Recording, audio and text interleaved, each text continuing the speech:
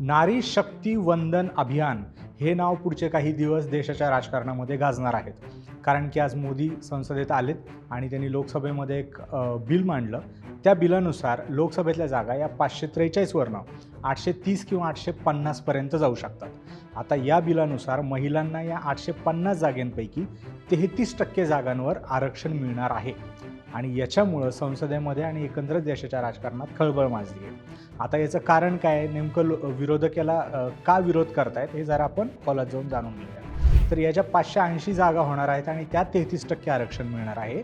हे आरक्षण आत्ता नाही मिळणार, तर 2029च्या निवडणुकीनंतर मिळणार आहे. पण हे बिल जर तुम्हाला आठवत असेल तर 2023मध्येच हे बिल आलं होतं, ज्याच्यावर सभागृहाने एकमताने मंजुरीसुद्धा दिली होती. कारण की नारी सशक्तीकरण हा मुद्दा त्यावेळी सेन्सिटिव्ह होता आणि त्याच्यामुळं सभागृह विरोधी पार्टीज एकत्र येऊन या बिलाला त्यांनी स्वीकृती दिली होती. मात्र सरकार हे बिल इम्प्लिमेंट करत नाही आहे आणि वेळ ढकलती आहे, असा विरोधकांचा मूळ आरोप आहे.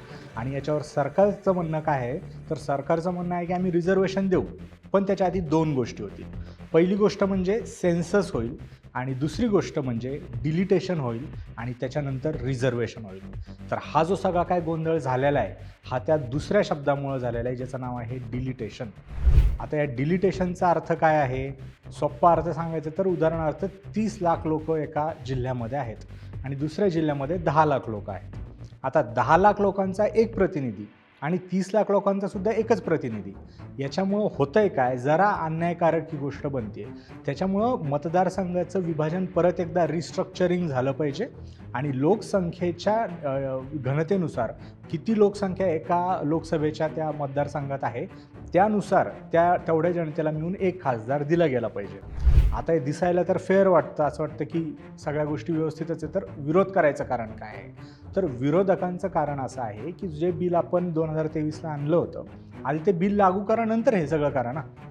पण मोदी सरकारचं असं म्हणणं आहे की आधी आम्ही सेन्सस करणार, लोकसंख्येची गणना करणार, ही सगळी प्रोसेस करणार, लोकसभेचे जे मतदारसंघ आहे ते रिस्ट्रक्चर करणार आणि त्याच्यानंतर आम्ही रिझर्वेशन देणार.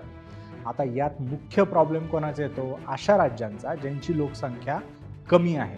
कारण की ज्यांची लोकसंख्या कमी आहे त्यांचं रिप्रेझेंटेशन संसदेमध्ये कमी पडणार आहे.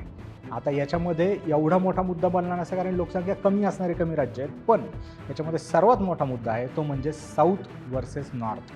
जर आधीपासून आपण बघतोय की मोदीची पॉवर, BJPची पॉवर ही सगळी काऊ बेल्टमध्ये आहे आणि साऊथ इंडियामध्ये काँग्रेस जास्त ॲक्टिव्ह आहे. आता साऊथ इंडियातल्या पॉलिटिशियन्सला असं वाटतं की नॉर्थ बेल्टची पॉवर वाढावी संसदेत आणि साऊथची कमी व्हावी, यासाठी मोदींनी हे केलेलं आहे.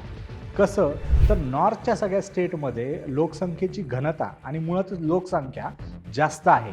याच्यामुळं काय होणार की लोकसंख्येची घनता आणि संख्या वाढल्यामुळं त्यांच्याकडे जास्त मतदारसंघ जातील आणि साऊथमध्ये जे मतदारसंघ आहे तर ते मतदारसंघ कमी होतील. याने होईल काय, तर साऊथच्या वाट्याला लोकसभेमध्ये कमी जागा येणार आणि नॉर्थच्या वाट्याला जास्त जागा येणार, जिथं BJP प्रोन स्टेट्स आहे, जिथं BJPची सत्ता आहे, जिथं BJPला जास्त मतदान मिळू शकतं.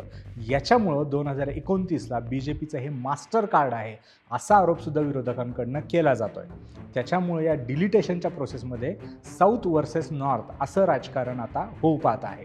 थोडक्यात सांगायचं तर काय आहे की सरकारला काय हवं आहे की आपल्याला इथं खेळायचं आहे ना, मग हे ग्राउंड आपण आधी बदलू, ग्राउंड मोठं करू आणि त्याच्यानंतर नियम लावू. विरोधकांचं म्हणणं आहे असं नाही. विरोधकांचं म्हणणं आहे आधी नियम लावू, त्याच्यानंतर आपण ग्राउंड मोठं करायचं बघू. हा सगळा यातला मूळ वाद आहे. आता नेमकं ह्या गोष्टी केल्यामुळं महिलांचं स्थान राजकारणात वाढणार आहे का, किंवा मोदी सरकारमध्ये सध्या महिलांचं स्थान काय आहे, याच्यावर आपण आपली मतं व्यक्त करण्यापेक्षा आपण एक सर्वेचा दाखला घेऊया. UN women and inter parliamentary union म्हणजे बेसिकली UNची एक संस्था आहे, एक आंतरराष्ट्रीय संस्था आहे. या संस्थेने 2025ला एक सर्वे केला होता. आता त्या सर्वेमध्ये भारतसुद्धा होता. तर त्यांच्या मते काय आहे, या सर्वेमध्ये 181 देशांपैकी भारत हा 174व्या क्रमांकावर आहे. कशामध्ये, महिलांना राजकीय प्रतिनिधित्व देण्यामध्ये. विचार करा, 181 पैकी 174 नंबरला भारत आहे. आता त्यानुसार या बिलाची खरं पाहिलं तर गरज आहे, पण सध्याच्या गव्हर्नमेंटमध्ये ज्या गोष्टी केल्या जाऊ शकतात त्याच्यावर हा सर्वे होता.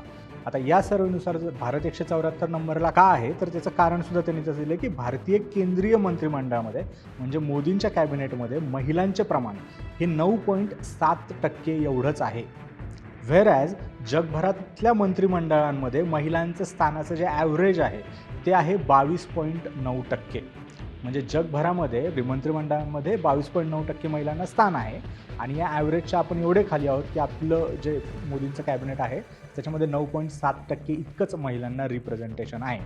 या अहवालाचा सर्वेचा दाखला देत आता बरेच पॉलिटिशियन असं म्हणणार आहेत की मोदींना स्वतःच्या मंत्रिमंडळातच महिलांना स्थान देता येत नाही, ते देशात स्थान द्यायला का जातील. आणि याच गोष्टीवरनं उलटसुलट आरोपसुद्धा केले जात आहेत. विरोधक आता BJP खरंच महिलांसाठी काही काम करू पाहते का, त्यांच्या इंटेन्शन्सवर डाऊट घ्यायला लागले आहेत. आणि याची सुरुवात लगेच झाली. मोदींचं भाषण झालं. मोदी त्या भाषणात म्हणाले की हे सभागृह बांधतानाच आम्ही या गोष्टीचा विचार केला होता, त्याच्यामुळे सभागृहामध्ये महिलांना खूप साऱ्या अजून जागासुद्धा आहेत, तर डोंट वरी, अशा एका लाईटर नोटवर त्यांनी भाषणाचा एंड केला.